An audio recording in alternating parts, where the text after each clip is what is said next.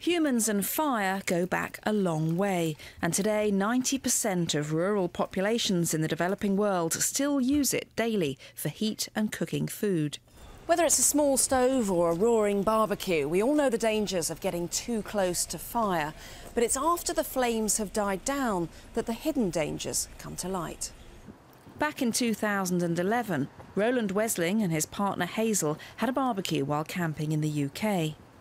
Once the coals went cold, they took the barbecue into their tent for safekeeping, a decision that would change their lives forever.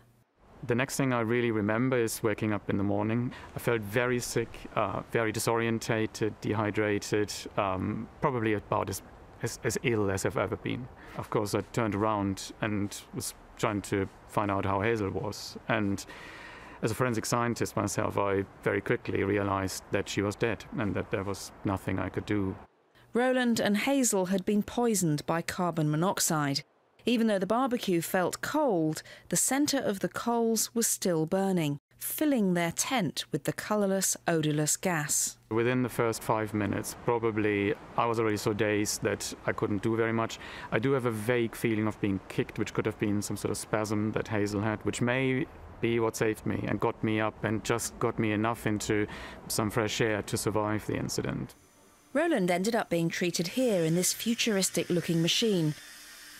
It's known as a hyperbaric chamber, and it delivers 100% oxygen to patients under pressures much higher than normal. Chambers like these are traditionally used for scuba divers with decompression sickness or the bends, but now they're used for a range of other conditions, including problem wounds, damage from radiotherapy and carbon monoxide poisoning. Send it operator, do you want the vents? Carbon monoxide kills by binding with haemoglobin in our red blood cells and blocks oxygen from being carried around the body. For those who survive, the poisoning can lead to inflammation and long-term brain damage. Intensive care consultant Dr. Pieter Bothma told me why high-pressure oxygen is a better treatment than oxygen at normal pressures.